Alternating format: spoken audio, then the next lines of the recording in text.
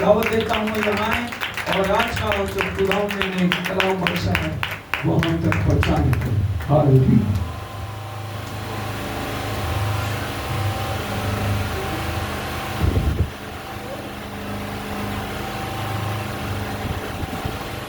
Hallelujah. यीशु मसीह के बाबरकत और कुदरत भरे नाम में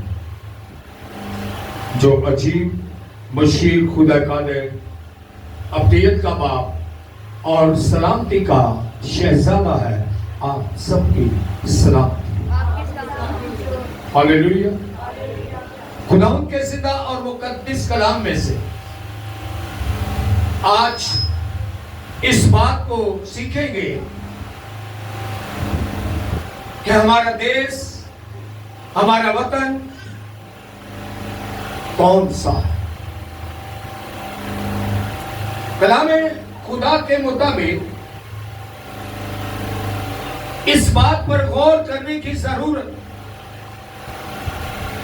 ये दुनिया, ये जिंदगी आरजी फानी जिंदगी है।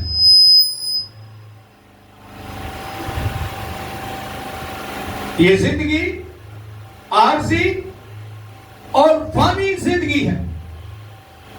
हमेशा की जिंदगी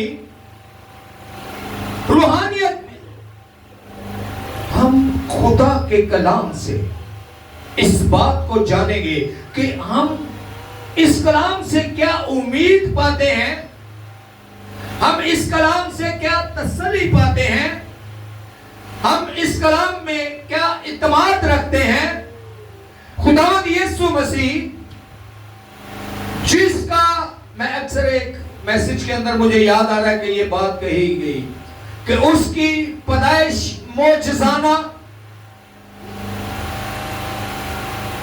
उसका दुनिया में कलाम करना मौजज़ाना, क्योंकि जितने नबी पैगंबर आए, तमाम अंबिया ने इस खुदा के हुक्म को यूं जाहिर किया कि खुदा यूं फरमाता है। ये खुदावंदों के खुदा यहोवा खुदा का हुक्म है। लेकिन खुदावंद यीशु मसीह तमाम अंबिया से, तमाम पैगंबरों से मुनफरिद इस तरह है कि वो फरमाते हैं कि मैं तुमसे सच कहता हूं। Hallelujah. In the name of Jesus. खुदावंद यीशु मसीह बाइख्तियार खुदा था। तमाम इख्तियार, सारी कुदरत उसके कंट्रोल में थी। हालेलुया। जब मुर्दे को जिंदा किया जाता है तो मैं तुझसे कहता हूं, ऐ लाजर बाहर आ जा, ऐ बेटी उठ जा। खुदा के हुक्म, किसी दूसरे के लफ्ज को इस्तेमाल नहीं किया, क्योंकि ये सारी कुदरत उसके अंदर थी। हालेलुया। आए उसी के कलाम में से आज सीखेंगे वतन के बारे में। कलाम अक़दस पौलुस रसूल का खत,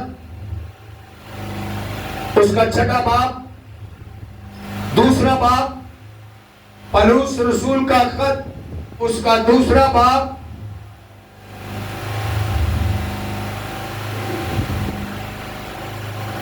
उसके दूसरे बाब की 19वीं आयत मुकद्दसा से लेकर 22वीं आयत मुकद्दसा तक खुदा के कलाम को सुनेंगे। हालेलुया। इफ्सियों के नाम खत, चैप्टर 2 वर्स 19 to 22। हालेलुया। आए खुदा के जिंदा कलाम में से सीखेंगे, बस अब तुम परदेसी और मुसाफिर नहीं रहे, बल्कि मुकद्दसों के हम वतन और खुदा के घराना के हो गए, और रसूलों और नबियों की नींव पर, जिसके कोने के सिरे का पत्थर खुद मसीह यीशु है, तामीर किए गए हो। उसी में हर एक इमारत मिल मिलाकर खुदावन में एक पाक मकदिस बनता है। और तुम भी उसमें बाहम तमीर किए जाते हो ताकि रूह में खुदा का मस्कन बनो। खुदावन आप सबको बरकत दे। खुदावन कैसे था और मुकद्दिस कलाम के अंदर पहली और आखिरी बात ज़ेरे गौर है। हम आम इंसानों के नहीं बल्कि मुकद्दसों के हम वतन हैं। एक गीत बहुत, बल्कि मैं ये कहूं कि मैं अपने बचपन से सुनता हुआ आ रहा हूं, तेरा नहीं हो देश, तेरा देश बड़ी दूर है। ये गीत मैं अपने बचपन से सुनता हुआ आ रहा हूं।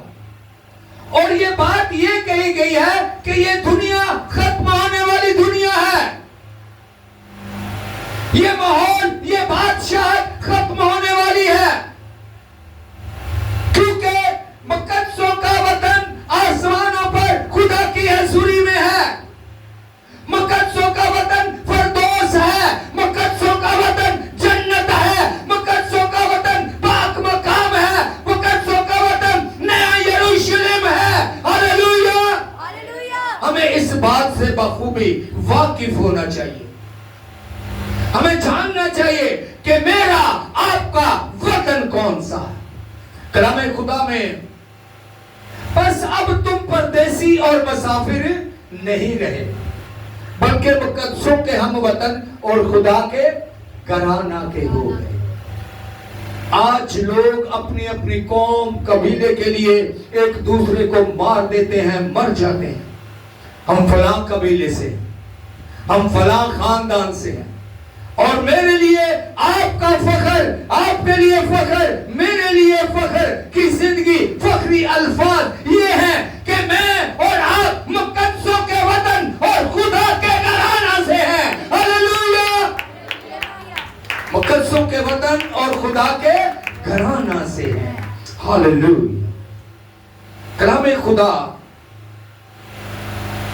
इसी 3 बाब की 16वीं आयत मुकद्दसा में कि वो अपने जलाल की दौलत के मुआफिक तुम्हें ये अनायत करे कि तुम उसके रूह से अपनी बातनी इंसानियत में बहुत ही जोरहावर हो जाओ।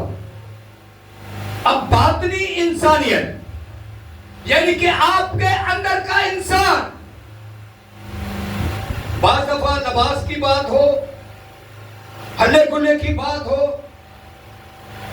और लोग कहते हैं कि दिल पाक होना चाहिए, अखा पाक होनिया चाहिए ने, कहते हैं कि नहीं कहते? इस बात से वो नावाकिफ है कि जब आपका दिल पाक होगा, अगर बहन है, बेटी है, मां है, तो वो बापर्दा होगी। जब दिल पाक होगा तो आपका बदन ढका हुआ होगा। कलामे खुदा में लिखा है कि औरत हयादार लिबास पहने, और हयादार लिबास का मतलब है कि आपके बदन का कोई असर नजर ना आए। अगर दिल पाक है तो फिर खुदा का कलाम आपके अंदर होगा, फिर खुदा का कलाम आपके अंदर होगा। अगर आप मुकद्दिस लोगों में से हैं तो फिर खुदाए पाक रूह आपके साथ नहीं बल्कि आपके अंदर होगा। हालेलुया। और जब खुदा का पाक रूह कलामे खुदा आपके अंदर होगा तो आप पाकीज़गी को तरजीह देंगे, ना कि ज़ाहिरी बातों को। और जब अंदर पाकीज़गी होगी तो बाहर भी पाकीज़गी होगी। जब मेरे अंदर पाकीज़गी होगी, जब मुझ में हलीमी होगी, तो माहौल भी पाकीज़गी और हलीमी का होगा, ना कि माहौल नंगा पंगा होगा। माहौल कौन सा होगा? पाकीज़गी का माहौल होगा, क्योंकि मेरे अंदर पाकीज़गी है, आपके अंदर पाकीज़गी है। कलामे खुदा में लिखा है, आज दुनिया, मैं कभी गौर करता हूं, कलामे खुदा में लिखा है कि मैं आखिर ज़माना में हर फर्द बशर पर अपना रूह अंडेलूंगा। उसके साथ ही एक आयत मुकद्दसा के आखिर जमाना में बेदीनी बढ़ जाएगी। अब कलाम कहता है कि औरत नंगे सर पुरपट पर ना खड़ी हो,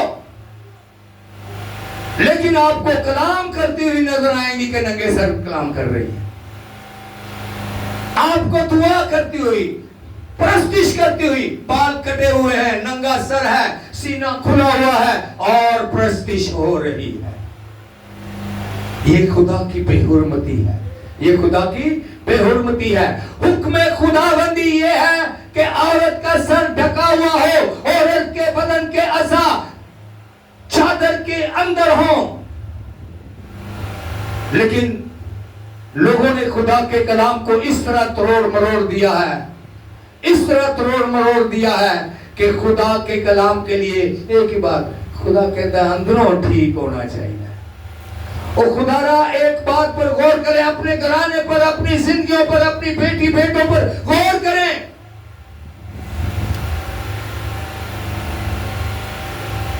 अगर आपके घर का माहौल हलीमी, फरोतनी, ताबेदारी आपके घर में पाई जाती है, हलीम है, फरोतन है, फरमाबरदार है। अब वो जो हलीम है, वो फरोतन जो है, वो फरमाबरदार जो है, मां कहे कि फलाना काम कर, अच्छा जाना मां, ये कौन सी फरोतनी है? काम करेगा, काम करेगा, लेकिन हलीमी कहां है? वो जो हलीमी फरोतनी अंदर है, जो ताबेदारी अंदर है, वो कहां है? जब अपनी मां के साथ, अपने बाप के साथ बदतमीजी करोगे, जब सख्त लहजे में अपनी मां के साथ सवाल जवाब करोगे, वो हलीमी, वो पाकीज़गी कहां है? क्योंकि एक ही बात है, खुदावंद यीशु मसीह फरमाता है, जो अंदर होता है वो ही बाहर निकलता है। अगर आपके पास पाकीज़गी होगी, आपके पास ताबेदारी होगी, आपके पास फरमाबरदारी होगी, तो वही आपके अंदर से भी निकलेगी। अगर खुदा के कलाम का खौफ होगा, आप बापर्दा औरत होंगी, आप बापर्दा मां, बहन, बेटी होंगी, तो फिर वही चीज आपके अंदर से निकलेगी। क्योंकि किरदार बताता है। मैं अक्सर एक बात करता हूं कि कहीं फील्ड में, जहां कहीं भी आप काम करते हैं, आपको बोलने की जरूरत नहीं है कि मेरा नाम कायन मसीह है, बोलने की जरूरत नहीं है, बल्कि आपका उठना, आपका बैठना, आपका चलना, आपका फिरना, आपका रफ्तार जब खुदा के कलाम और उसकी मर्जी के मुताबिक होगा, तो लोग खुद ही जान जाएंगे कि तुम मसीही हो। हालेलुया। जुबान से कहने की जरूरत नहीं कि मेरा दिल पाक है, मेरी आंखें पाक ने, कहने की जरूरत नहीं है। आप अपने किरदार से पेश करेंगे, आप अपने किरदार से जाहिर करेंगे कि आप पाकीज़ा लोग हैं, आप मुकद्दसों के हम वतन हैं, आप खुदा के घराना के हैं। हालेलुया। आपको किरदार से जाहिर करना है। कलाम अक़दस में हमने कलाम खुदा में पढ़ा, उसी में हर एक इबारत मिल मिलाकर खुदावन में एक पाक मक़दस बनता है, और तुम भी उसमें बाहम तामीर किए जाते हो कि रूह में खुदा का मस्कन बनो। किस में खुदा का मस्कन बनो? किस में खुदा का मस्कन बनो? रूह में खुदा का मस्कन बनो, रूहानियत में खुदा का मस्कन बनो, ना कि दुनियादारी में खुदा का मस्कन बनो। बेहयाई का लिबास, बदजुबान और दुआ ललकरों के साथ, प्रस्तिश हाथों को उठाते हुए, बड़े धूम धड़के के साथ। लेकिन जब आप रूह में, रूहानियत में, खुदा में बढ़ेंगे, खुदा में बढ़ेंगे, बढ़ लाएंगे, तो आपका किरदार, आपका रफ्तार, आपका उठना, आपका बैठना खुदा के कलाम के मुताबिक होगा। क्योंकि खुदा फरमाता है कि रूह में खुदा का मस्कन बनो। हम परस्तार बनते हैं, हम एल्डर पादरी बनते हैं, लेकिन अगर मेरे किरदार से, अगर मेरे गिरफ्तार से, मेरे उठने बैठने से खुदा का कलाम जाहिर नहीं होता, तो मेरी जुबान से जाहिर होने में कोई फर्क नहीं पड़ेगा। जब मैं खुदा को वक्त नहीं दूंगा और दूसरों से ये कहूंगा कि आओ दुआ करो, खुदा को वक्त दिया करो, और सबसे पहले क्या देखा जाएगा? खुद दुआ करता नहीं, ਇਹਦੇ घर का माहौल देखो, ਇਹਦੀਆਂ बेटियां बेटियां ਨੂੰ देखो। और जो आदमी ये चीजें देखेगा, सोचेगा, जिसके सामने मेरा किरदार ऐसा होगा, मेरे मुंह से निकले हुए कलाम का क्या असर होगा। खुदावंद यीशु मसीह अंजील मुकद्दस के मुताबिक खुदावंद यीशु मसीह ने पहले सिखाया, पहले क्या किया? सिखाया, कलाम किया, और फिर सब करके दिखाया, फिर सब करके दिखाया। आज मुझे भी, आपको भी खुदा के कलाम से सीखने के बाद करके दिखाने की जरूरत है। और जब हम करके दिखाएंगे, जब हम एक दूसरे के दुख में शरीक होंगे, जब हम दूसरे की मुश्किल को अपनी मुश्किल जानेंगे, जब हम उसकी मुश्किल के लिए दुआ करेंगे, जब हम उसके साथ साथ रहेंगे, जब हम उसके लिए तसल्ली इत्मीनान का बाइस बनेंगे, तो ऑटोमेटिकल आपके अल्फाज, आपकी जुबान उस पर असर अंदाज होगी। जो कलाम आपके मुंह से निकलेगा, वो कलाम आपके लिए बाबरकत और मुबारक ठहरेगा। शर्त कि जो मैं अक्सर एक बात करता हूं, जब हम दुआ करते हैं तो मुझे देखना है कि मैंने आज दुआ क्या की है, मैंने खुदा से मांगा क्या है, और जो कुछ मैंने मांगा है वो दुआ खुदा देगा कैसे। जब हम अपनी दुआ पर गौर करते हैं तो किरदार खुद ब खुद बनना शुरू हो जाता है। जब हम खुदा के कलाम को अपनी जिंदगी में लेते हैं, जब हम रूह में खुदा का मस्कन बनते हैं, कलाम खुदा, पौलुस रसूल फरमाता है कि तुम खुदा का मक़दस हो। खुदा पत्थर की बनाई हुई बिल्डिंग में नहीं रहता, ये मैं आपको वाज़ेह बता दूं। आप किसी भी चर्च में चले जाएं, खुदा उस चर्च में नहीं बैठा होगा। ये मैं नहीं, खुदा का कलाम फरमाता, खुदा आपके साथ उस चर्च में आपके साथ जाएगा। हालेलुया। और अगर आपके साथ खुदा होगा तो उस चर्च में खुदा होगा। अगर आपके साथ खुदा नहीं है तो आपके लिए उस चर्च में भी खुदा नहीं है। कलाम मुक़द्दस में मरकूम है, अपने ईमान में अपनी जिंदगी, अपने अंदर की इंसानियत को मजबूत करें। अपने ईमान में अपने अंदर की इंसानियत को मजबूत करें, पाकीज़ा बनाएं, और जब पाकीज़गी आपके अंदर होगी तो वही पाकीज़गी बाहर निकलेगी।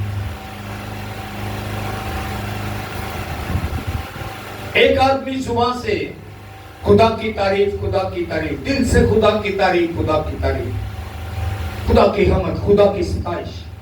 अब वो किसी महफिल में बैठा होगा तो गालियां देना शुरू हो जाएगा। अगर उसके अंदर खुदा की हमदो सताइश है, अगर उसके अंदर खुदा की तमजीद है, अगर उसके अंदर खुदा का कलाम है, तो उसके मुंह से भी क्या निकलेगा? इसीलिए ये फरमान किसी ऐरे गारे का नहीं, रब्बना ज़ुल जलाल यीशु अल मसीह का है कि जो तुम्हारे अंदर है वही बाहर आएगा। हालेलुया। अगर हराम पाई अंदर पाई जाती है, मेरी सोचों में, मेरे ख्यालों में, मेरे दिल, मेरे दिमाग में अगर हराम पाई जाती है तो वही मेरे किरदार से बाहर निकलेगी। और अगर खौफे खुदा मेरे अंदर है, अगर खुदा की मोहब्बत मेरे अंदर है, तो वही बाहर आएगी। हालेलुया। खुदावंद के जिंदा और मुकद्दस कलाम में फिलिपियों 3 बाब उसकी 20वीं आयत मुकद्दसा में मरकूम है, मगर हमारा वतन आसमान पर है। मैं स्टार्ट में खुदा के कलाम में ये बात कह चुका हूं।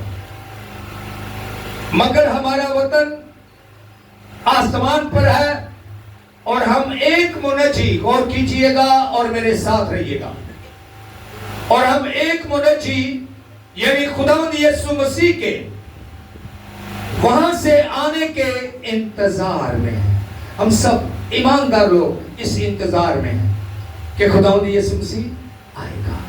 जिसके पास खुदा का कलाम है, जिसके पास बेटा है, उसके पास जिंदगी है और हमेशा की जिंदगी देने वाला आने वाला है। वो हमेशा की जिंदगी में हमें शामिल करता है। जब हम मसीह पर ईमान रखते हैं तो हम खुदा के लोग होते हैं, हम खुदा की बेटियां बेटे बन जाते हैं। कलाम खुदा में हमने 60 में पढ़ा कि मुकद्दसों के हम वतन, किनके हम वतन? मुकद्दसों के हम वतन। तो जो मुकद्दसों का हम वतन होगा, जो मुकद्दसों के साथ उठने बैठने वाला होगा, जिसके पास खुदा का कलाम होगा, जिसके पास खुदा का बेटा होगा, वो बदजुबान नहीं बल्कि हलीम होगा। वो तकरार करने वाला नहीं बल्कि सब्र करने वाला होगा। वो लड़ाई झगड़ा करने वाला नहीं बल्कि मोहब्बत करने वाला होगा। वो बदतमीज नहीं बल्कि ताबेदार होगा, जिसके पास खुदा का कलाम होगा। Hallelujah, hallelujah. खुदावंद के जिंदा और मुकद्दस कलाम में हम सब इस इंतजार में कि खुदावंद यीशु मसीह आएगा तो हम उसके साथ कहां जाएंगे? नए यरूशलेम में। और नए यरूशलेम के लिए तैयारी की जरूरत है, पाक लिबास की जरूरत है, बदन की पाकीज़गी की जरूरत है, ताबेदारी फरमाबरदारी की जरूरत है, खुदा के कलाम को जिंदगी में अमली तौर पर लेने की जरूरत है, दुआ के मुवाफिक अपनी जिंदगी को ढालने की जरूरत है, झूठ फरेब से नफरत करने की जरूरत है, नाफरमानी से नफरत करने की जरूरत है। और उन तमाम बातों के लिए, उन तमाम कामों के लिए जिनसे खुदा नफरत करता है, जिनको खुदा अच्छा नहीं जानता, उन तमाम कामों से, उन तमाम बातों से दूर रहने की जरूरत है। तब हम नए यरूशलेम में जाएंगे, तब हम यरूशलेम के लोगों के हम वतन होंगे। खुदा उनके कलाम के मुताबिक एक आयत मुकद्दसा आपके साथ दोहराऊंगा और मैं चाहूंगा कि इस आयत मुकद्दसा को टिप के तौर पर अपने घर तक लेकर चलिए। टिप सब समझते हैं ना? टिप किसे कहा जाता है? जो असल कीमत से बढ़कर दिया जाता है। जैसे होटलों पे, दुकानों पे 10 रुपए की चीज है, 2 रुपए आपने ओवर दे दिए उसको, जिसने आपको चीज ला कर दी, इसे टिप कहा जाता है। और आज आपसे इस बात को सामने रखूंगा, इस आयत मुकद्दसा को टिप के तौर पर अपने साथ लेकर चलिएगा। जब ये आयत मुकद्दसा आपकी जिंदगी में होगी तो आज का कलाम आपकी जिंदगी में होगा। गलतियों 6 बाब उसकी 10वीं आयत मुकद्दसा गौर कीजिएगा, मेरे साथ रहिएगा ताकि आज का जिंदा कलाम आपके लिए, आपके घराना के लिए बाबरकत और मुबारक है। बस जहां तक मौका मिले, खुदावंद क्या फरमा रहा?